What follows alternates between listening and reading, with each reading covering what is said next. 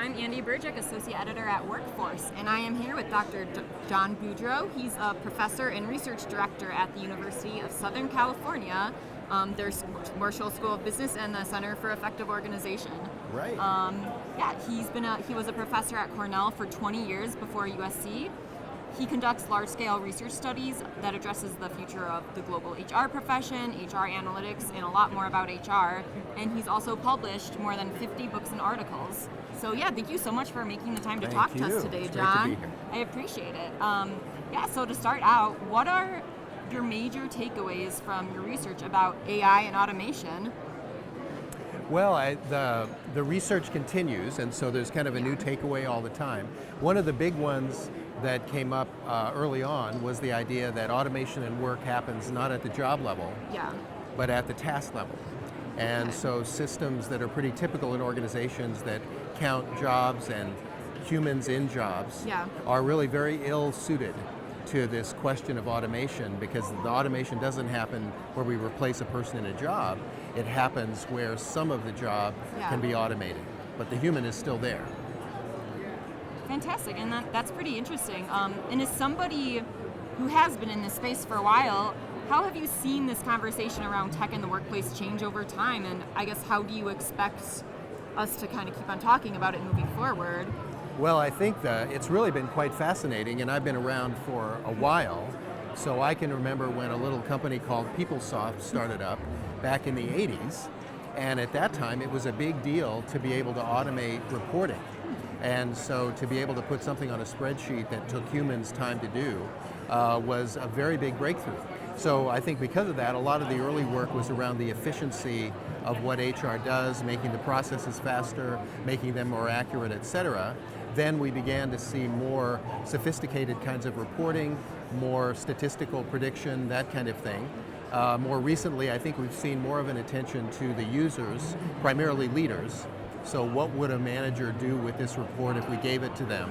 And then of course, in the latest round, we've started to see AI, machine learning, all kinds of automation that can actually do a lot of what humans did before in HR and do it with machines, and can even feed employees and managers what they need in the moment based on an algorithm.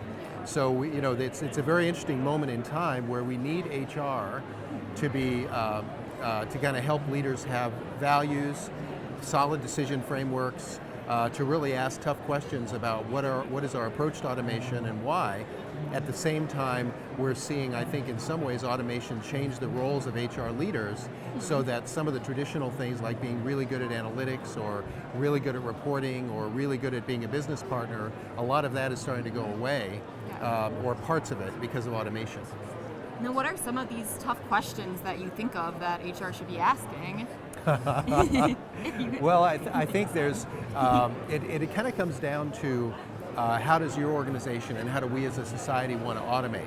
So once we say automation is going to happen at the task level, not at the job level, well then that immediately begs the question of who's going to teach leaders to think about work as something that's constantly taken apart and put back together.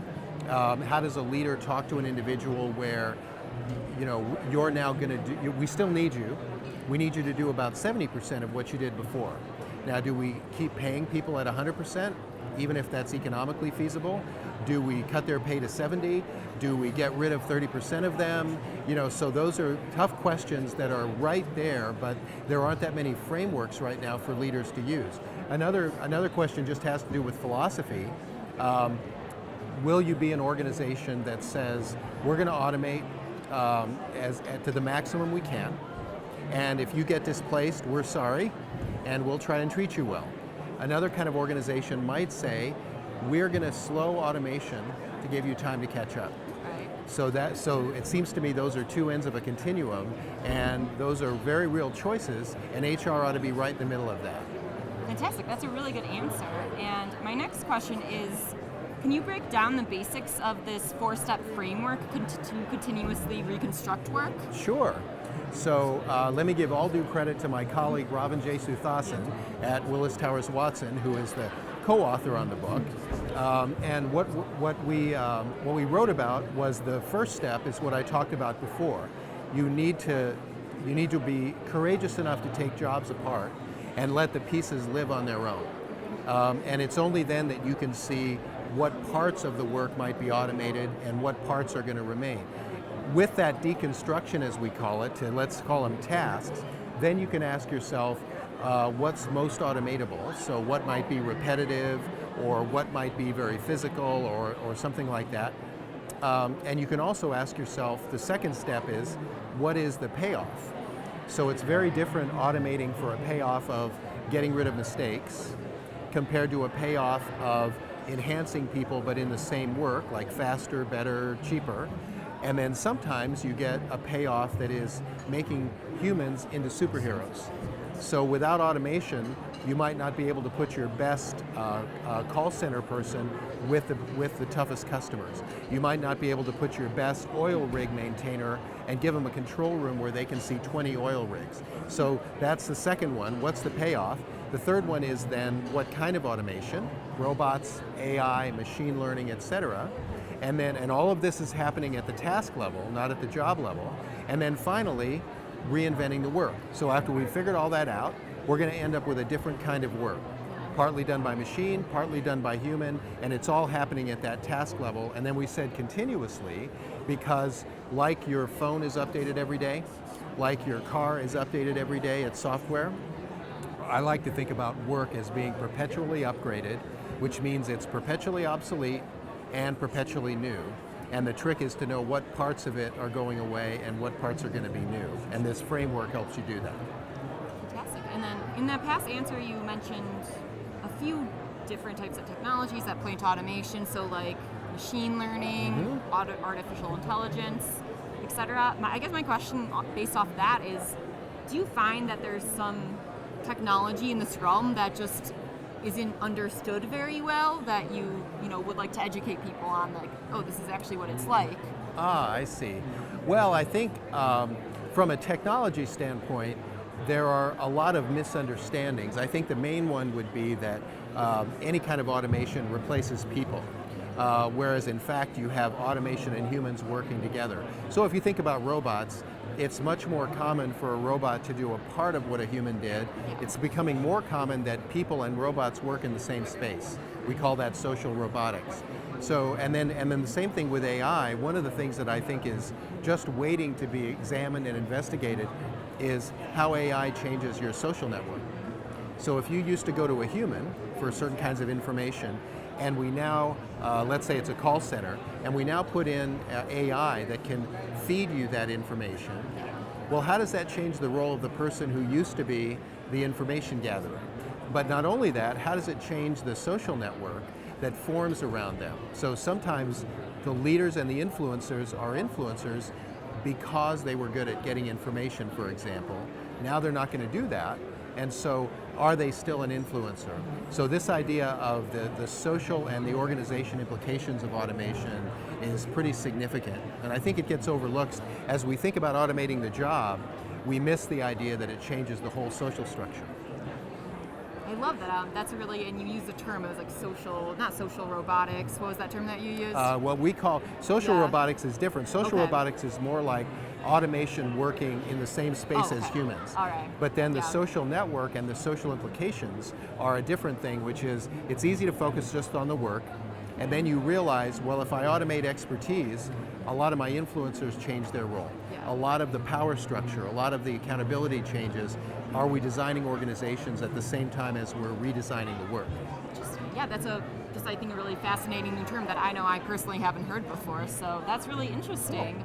And then my next question is, you have this broad range of experience in the HR tech space, obviously, but besides AI and automation, I guess, are there any other trends that you're particularly interested in? Well, I think this is a trend that has been around since HR measurement has been around. But I think what we're going to see is a greater recognition that these systems we're building teach leaders and they teach workers how to think about work. So if you present a leader with requisition and you say, what our automation can do is help you to fill that requisition with humans, that's training them to think about jobs and humans as kind of the unit of analysis. If you give a leader a dashboard that says, take the work apart, and now figure out what parts of it could be done by employees, what parts contractors, what parts automation. That idea that technology teaches people who use it is something we haven't investigated enough. Really interesting.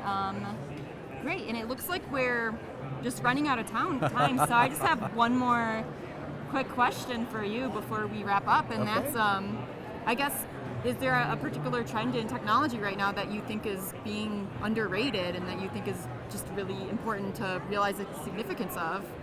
Well, I think this basic idea of deconstructing work, I think has the potential to change almost everything that HR does. So if you think about it called a skill-based economy or a project-based economy or a task-based economy, but I think it's a really interesting question as we get more and more platforms that can take someone like you or me and see the elements of our capability, whether we call it skills or capabilities, can see the work as elements of that can be reconfigured, then a future technology situation is we're all going to be fungible.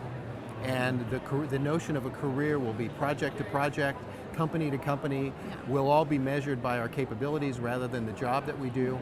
So for companies, there's really a question of how deeply can we see the capabilities of our people and the work that we need done. And that deconstructing work idea is pretty central.